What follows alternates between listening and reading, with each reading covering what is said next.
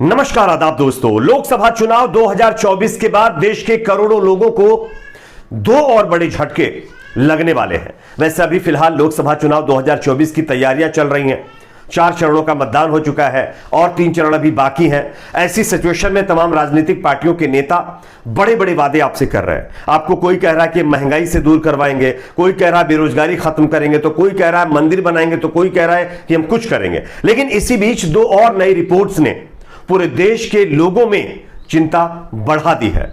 एक तो महंगाई और दूसरा एक और मामला यहां पर सामने आने वाला है जिसके चलते आपके ऊपर 2 और नई आफत आने वाली है। आगे इसके बारे में जानकारी देंगे। साथ ही साथ एक और बड़ी खबर उत्तर प्रदेश के फतेहपुर सीकरी से आ रही है, जहां पर एक और दरगाह के ऊपर कुछ दूसरे समुदाय के लोगों की तरफ से बड़ा दावा कर दिया गया है।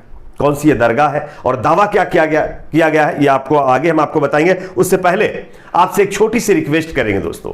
आपको क्या लगता है, क्या जिस तरीके से तमाम राजनीतिक पार्टियों के नेता अपने अपने वादों में ये कह रहे हैं कि जनता को हम तमाम चीजों से जो है भर देंगे, तमाम चीजों की सुविधा देंगे, महंगाई बेरोजगारी खत्म करेंगे, क्या नेताओं के ऊपर आपको भरोसा होता है? कमेंट सेक्शन में अपना फीडबैक इस पर जरूर दीजिए। वीडियो को ज्यादा से ज्यादा लाइक करिए, शेयर करिए। चैनल पर अगर आप नए तो सब्सक्राइब जरूर कर लीजिए। बात करेंगे पहली खबर की। लोकसभा चुनाव के बाद आम लोगों को महंगे मोबाइल रिचार्ज का झटका लग सकता है। जल्द ही मोबाइल रिचार्ज की कीमतें बढ़ सकती हैं दोस्तों। इकोनॉमिक टाइम्स की एक रिपोर्ट सामने आई है और इस रिपोर्ट के अनुसार टेलीकॉम कंपनियां टैरिफ में बढ़ोतरी का प्लान कर रही हैं। पिछले कुछ सालों में यह चौथा अवसर आएगा, वक्त आएगा, यानी चौथी बार होगा जब टेलीकॉम कंपनियां टैरिफ प्लान में इजाफा करने वाली हैं। इस फैसले के बाद ग्राहकों के बिल में लगभग 25% की बढ़ोतरी आपको देखने को मिल सकती है और इस फैसले से टेलीकॉम कंपनियों के जो एवरेज एवेन्यू प्रति यूजर है उसमें जरूर बढ़ोतरी देखने को मिल सकती है। अब आप सोच रहे होंगे भाई कि अगर महंगा रिचार्ज होगा तो आने वाले दिनों में हमारे ऊपर क्या असर पड़ेगा। चलिए मैं आपको खबर भी दिखा रहा हूं, आप देख सकते हैं। जो है इकोनॉमिक टाइम्स की रिपोर्ट के मुताबिक जो टेलीकॉम कंपनियां हैं उनके द्वारा उनके जो ऑपरेटर हैं कंपनियां आने वाले दिनों में अपने टैरिफ प्लान में 25% जैसा कि मैंने आपको बताया उसमें बढ़ोतरी करेंगी और बढ़ती प्रतिस्पर्धा पर भारी 5G निवेश के बीच रिकवरी करने की कोशिश भी की जाएगी। यानी ये जो 5G डेटा हम सबको देने की कोशिश की जा रही है, इसका जो पैसा इन्होंने इन्वेस्ट किया है वो हम सभी से वसूलने का प्लान जो है रिचार्ज कंपनियों ने बना लिया है। रिपोर्ट में यह भी दावा किया गया है कि भले ही टैरिफ प्लान में ज्यादा बढ़ोतरी लग रही है, लेकिन शहर और गांव में रहने वाले ग्राहकों के लिए यह सामान्य ही होंगी, ऐसा भी कहा जा रहा है। शहरी क्षेत्रों में रहने वाले ग्राहकों को खर्च 3.2% से बढ़कर के 3.5% हो जाएगा। वहीं गांव में रहने वाले ग्राहकों का टेलीकॉम पर होने वाला खर्च 5.2% से बढ़कर के 5.9% हो जाएगा। यानी जो खर्चा करने की इसमें लिमिट है उसमें 5 से 6% की बढ़ोतरी देखने को मिल सकती है। अगर 300 रुपए का आप रिचार्ज करेंगे तो उसमें 18 रुपए और ऐड कर लीजिए। जो अभी रिचार्ज का हम पैसा देते हैं उसमें 17-18 रुपए और बढ़ने वाले हैं। तो कहीं ना कहीं अच्छे दिन है, एंजॉय करते रहिए। अब हम आपको दूसरी खबर देने वाले हैं जो कि इससे भी ज्यादा चिंता में डालने वाली है और इस खबर से हम सबको चिंता में आना भी चाहिए, क्योंकि ये जो खबर है वो हम सबके रोजमर्रा की जिंदगी से जुड़ी हुई खबर है। चलिए हम आपको बताते हैं दरअसल किस तरीके से जो है इस खबर में क्या कहा गया है। स्क्रीन पर मैं आपको दिखा रहा हूं, आप देख सकते हैं। भारत सरकार ने होलसेल प्राइस इंडेक्स का डेटा मंगलवार को जारी किया है। इसके अनुसार थोक महंगाई अप्रैल में 13 महीनों में सबसे ज्यादा रही है। यानी देश के अंदर जो महंगाई है वो लगातार बढ़ती जा रही है। यह अलग बात है कि भाषणों के जरिए बड़े बड़े दावे जरूर किए जा रहे होंगे, लेकिन उनमें असर कितना है वो आप इस रिपोर्ट से देख सकते हैं। जो महंगाई का आंकड़ा सामने आया है ये 13 महीनों में सबसे ज्यादा बताया जा रहा है। इसने सभी अनुमानों को तोड़ते हुए 1.26% का आंकड़ा छू लिया है। ऐसा अनुमान लगाया जा रहा था कि थोक महंगाई दर 0.8% से 1.1% के बीच रह सकती है, मगर अप्रैल में ये सभी अनुमानों से, ये जो आंकड़ा अप्रैल का आया है, ये सभी अनुमानों से आगे निकल गया है।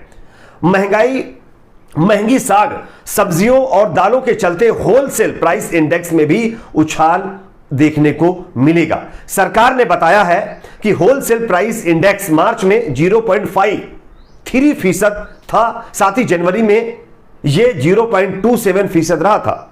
एक साल पहले 2023 में थोक महंगाई 34 महीने के अपने निम्नतम स्तर यानी 0.92% पर पहुंच गया था और अब यह फिर से एक बार जो है बढ़ने वाला है। हालांकि खुदरा महंगाई जो है उसमें थोड़ा बहुत आपको एक तरीके से कमी देखने को मिल सकती है, लेकिन जो थोक महंगाई दर है वो अप्रैल में 13 महीने में सबसे ज्यादा रहने वाली है। और अब जाहिर सी बात, अगर थोक महंगाई बढ़ेगी तो जो दुकानदार थोक माल लाते हैं उनको ही जब महंगा आइटम मिलेगा तो दूसरे लोगों को भी मिलेगा, तो कहीं ना कहीं महंगाई का एक और वेव आपको देखने को मिल सकती है। वैसे यहां पर भी अच्छे दिन है तो एंजॉय करते रहिए। वैसे मंदिर मस्जिद का मुद्दा तो चल ही रहा है। अगली खबर इसी से जुड़ी हुई है जो कि मंदिर मस्जिद के मुद्दे को लेकर के है। आप सब जानते होंगे हमारे देश में आज बेरोजगारी, महंगाई, भ्रष्टाचार के मुद्दे चुनाव से गायब कर दिए गए हैं। इन मुद्दों की जगह पाकिस्तान, उसके बाद जो है शहजादा, उसके बाद आपका हिंदुस्तान पाकिस्तान का मुद्दा और मंदिर मस्जिद का मुद्दा, ठीक है ना, हनुमान चालीसा नमाज का मुद्दा, ऐसे मुद्दे ला करके कहीं ना कहीं जो बेसिक मुद्दे हैं उनको दबाने की कोशिश की जा रही है। लेकिन इसी लोकसभा चुनाव 2024 के बीच एक और नया विवाद खड़ा कर दिया गया है। किस तरीके से, देखिए खबर को। जो हिंदू संगठनों से जुड़े हुए लोग हैं उन्होंने आगरा सिविल कोर्ट में एक वाद दायर किया है, याचिका दायर की है। फतेहपुर सिकरी में स्थित शेख सलीम चिश्ती दरगाह को मां कामाख्या देवी मंदिर बता दिया है इस दावे के हिसाब से। यानी कि अब फतेहपुर सिकरी, जहां पर आप जानते होंगे कि एक बहुत बड़ा महल है, ठीक है ना, उस महल के अंदर ही एक दरगाह है जो शेख सलीम चिश्ती जो है रहमतुल्लाह अलैह की दरगाह उसको कहा जाता है। और इस दरगाह को भी अब हथियाने की कोशिश शुरू हो चुकी है और इसके लिए बाकायदा हिंदू संगठन से जुड़े हुए लोगों ने आगरा सिविल कोर्ट में एक वाद दायर कर दिया है। यानी बीच चुनाव में एक माहौल बनाने की कोशिश की जा रही है। वैसे तमाम नेता तो आप देख ही रहे होंगे किस तरीके से हिंदू मुसलमान करके बेरोजगारी, महंगाई, विकास जैसे मुद्दों को दबा चुके हैं। और इसी बीच ये एक और नया मुद्दा सामने आया। इससे पहले आप जानते होंगे अजमेर शरीफ के अंदर भी 2.5 दिन का जो झोपड़ा है उस पर भी एक जैन मुनि जाकर के दावा ठोक रहे हैं और वो कह रहे हैं कि ये 2.5 दिन का झोपड़ा इस्लामिक धर्म से ताल्लुक रखने वाली इमारत नहीं है, ये तो कुछ और ही है, उसको एक मंदिर बता रहे हैं। तो वहां पर भी इस तरीके का विवाद खड़ा करने की कोशिश की जा रही है। देखना होगा आगे इसका असर कितना है। वैसे लोकसभा चुनाव के बाद मोबाइल रिचार्ज के अंदर बढ़ोतरी, उसके साथ साथ जो थोक महंगाई है, होलसेल महंगाई है, वो बढ़ने वाली है, जिसकी मार झेलने के लिए आप तैयार रहिएगा। इस पर आपकी क्या राय कमेंट सेक्शन में बताइए। वीडियो को लाइक, शेयर, चैनल को सब्सक्राइब जरूर करें।